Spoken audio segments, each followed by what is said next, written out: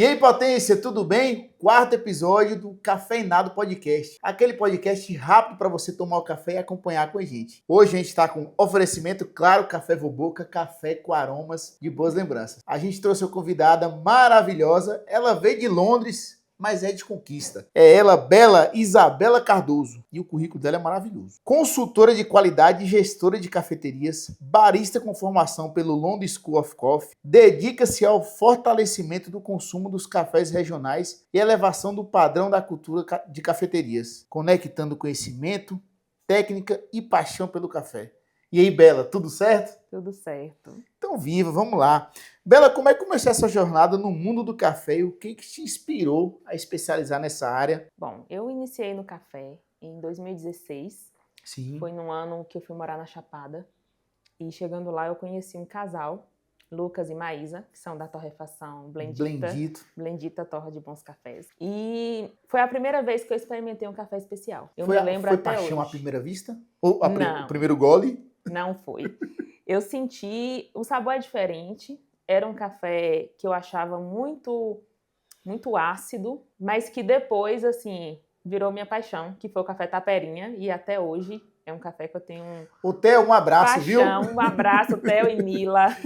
Tenho uma paixão por esse café e, assim, me traz uma lembrança desse início. Sempre que eu tomo, eu me lembro desse início no café. Então, foi em 2016. Em 2020, eu resolvi parar um pouquinho na minha profissão, que era com o que eu trabalhava lá na Chapada, que eu sou dentista, e resolvi fazer um intercâmbio. Coisa boa. Nesse intercâmbio, também, mais uma vez, Lucas e Maísa voltam para a cena. Eles tiveram um contato com o pessoal de Londres que tinha vindo para compra de cafés. E aí falaram de mim, e esse pessoal falou, a gente tem lá o London School of Coffee, fala para ela procurar a gente lá. E daí eu fui, fiz o primeiro curso, e aí, diferente do que a gente vê aqui, muito de filtrado, lá já foi diretamente para o café expresso, para o cappuccino, para as bebidas de cafeteria, e aí eu me encantei por essa parte de cafeterias. Que coisa boa. E comecei a trabalhar com isso. E como é que foi sua carreira lá? Você ficou quanto tempo trabalhando em cafeteria? Foram 4 anos, mas 4 anos muito intensos. Eu, assim, fui agraciada eu encontrei uma pessoa que me ajudou muito. Ela precisava muito de uma pessoa que estivesse ali com ela nas cafeterias.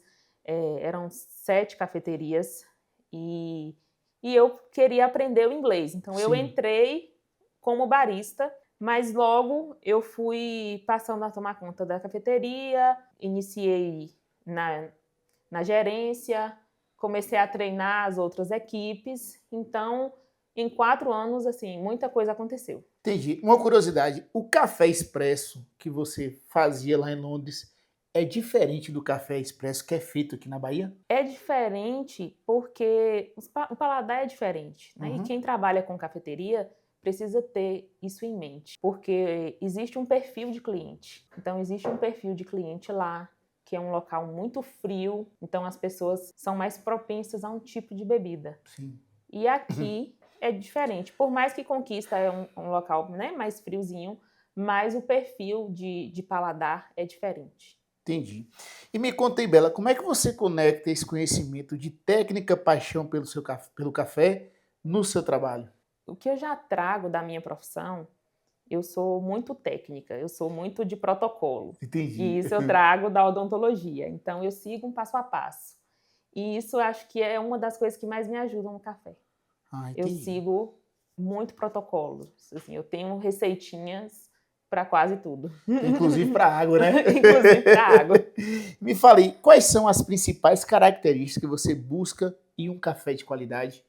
Olha, como o meu pensamento é o café, é o público final. Sim. Então eu penso muito o que o público final gosta, o que a pessoa espera quando ela vai em uma cafeteria. Né? Bom pensamento. Os coffee lovers, né, e as pessoas também que trabalham com café, gostam muito de um café diferente, que a gente fala um diferentão. Né? A gente gosta de provar cafés diferentes.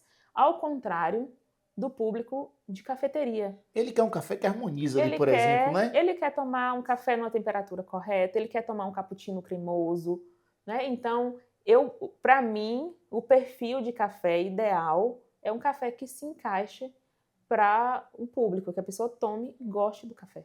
Perfeito, perfeito. Como é que você acredita que a formação do barista pode impactar essa experiência do cliente na cafeteria? Ela é essencial, É, né? porque apesar de muitas pessoas, muitos empresários, não dar o enfoque para isso, Uhum. principalmente na área de cafeterias. Ó, empresário, presta atenção, Por viu? Tem que favor. qualificar seu profissional.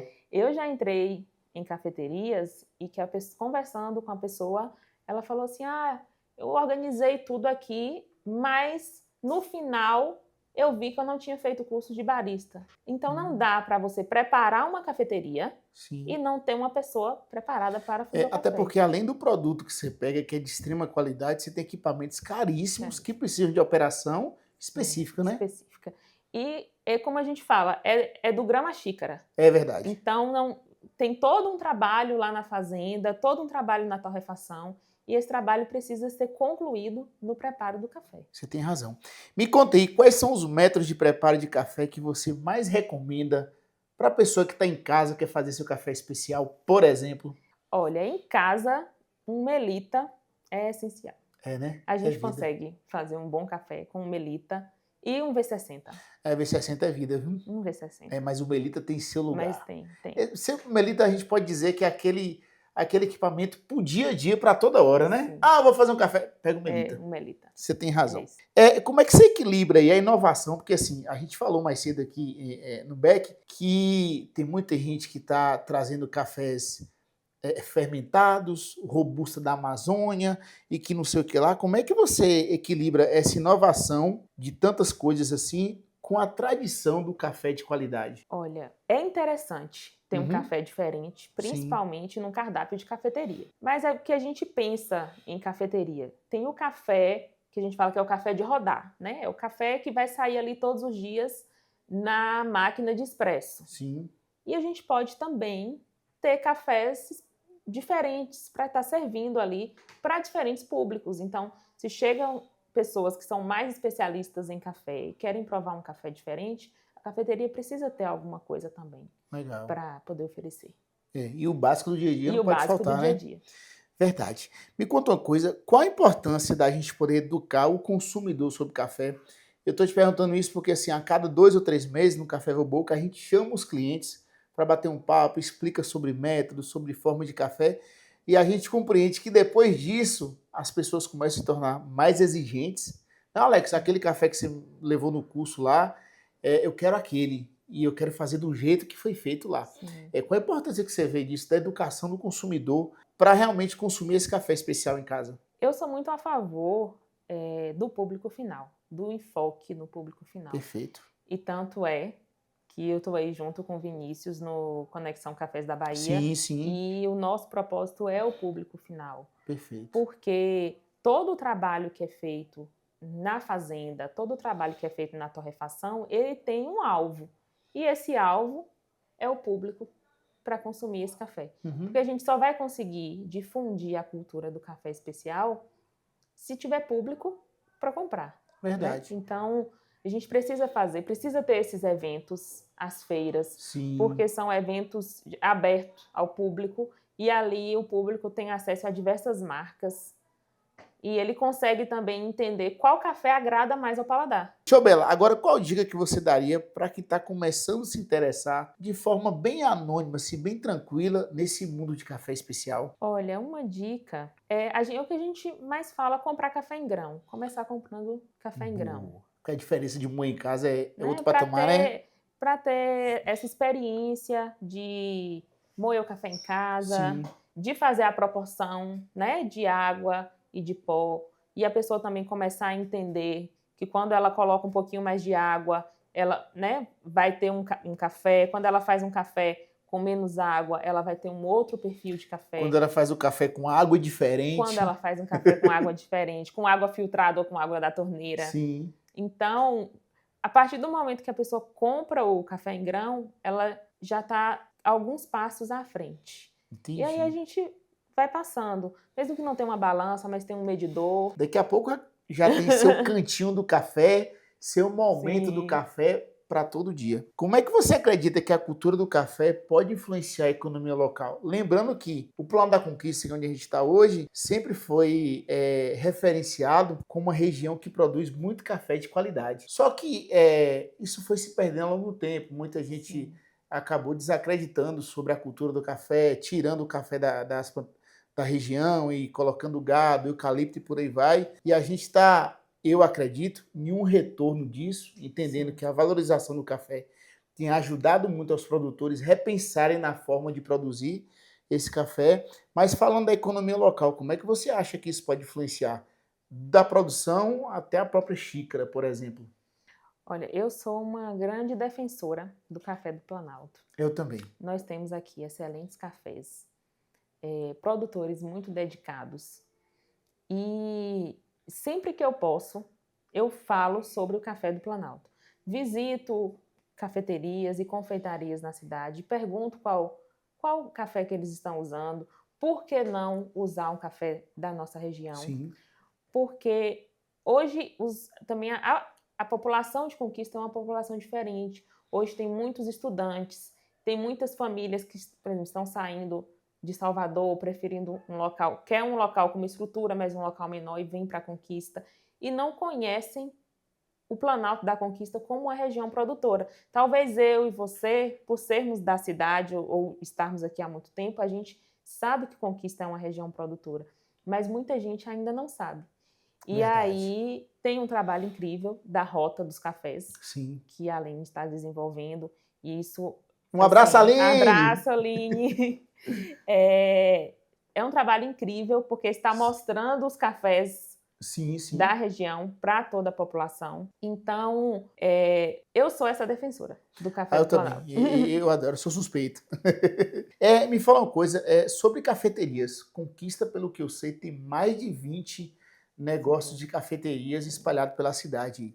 E você, como consultora dessa área, quais são os principais desafios que as cafeterias enfrentam hoje? Olha, desafio é a mão de obra de barista.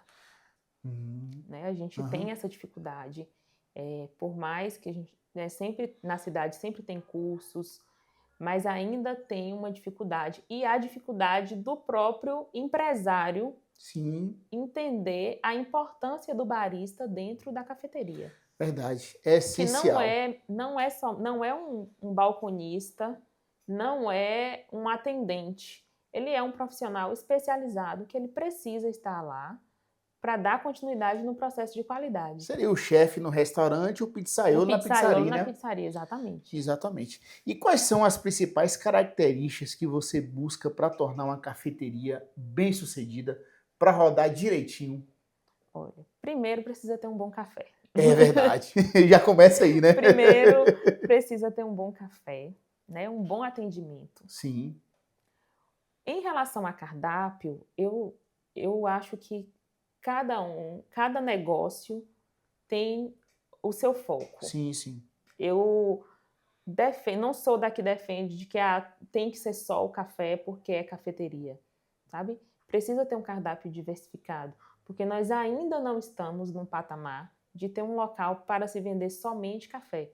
A gente consegue ver isso em capitais, por exemplo, né? Tem cafeterias que você chega e que só vende o café. Gente. Tem cafeterias que chega que só vende um café com um bolinho. Mas nós ainda não estamos nesse patamar. Como você falou, Conquista está retornando para um cenário de café. E quem está mexendo com café hoje, principalmente lojas e cafeterias, está fazendo um trabalho de formiguinha. Sim, não é? Sim, está fazendo. Então... Sem dúvida. Bela, para a gente terminar esse papo maravilhoso sobre cafés, qual é a mensagem que você gostaria de deixar para o público sobre a importância da cultura do café e como ela pode ser fortalecida? Olha, para o fortalecimento, é mais uma união entre produtores, empresários, principalmente, que aí a gente entra nessa questão de ter cafés da região sendo consumidos aqui na região, né? E isso não somente para as cafeterias, porque nós temos aí, o café, ele é a segunda bebida mais consumida no mundo. Só perde para água, né? Só perde para água. Então, verdade. Nós temos hotéis, temos restaurantes. Então, existe espaço para o café em diversos segmentos. E para que aumente essa valorização na região, precisa haver essa união dos produtores e das marcas de café, porque Sim. tem produtores, né, que não têm a própria marca, mas dos produtores, as marcas de café com os comerciantes locais. Perfeito. Déia, obrigado. Eu acho que foi um papo curto e é isso mesmo, gente. Foi ótimo. Podcast curto com assunto rico no tempo de você tomar um café. A gente Muito se vê bom. na próxima. Até lá, viu? Tchau, tchau. Tchau.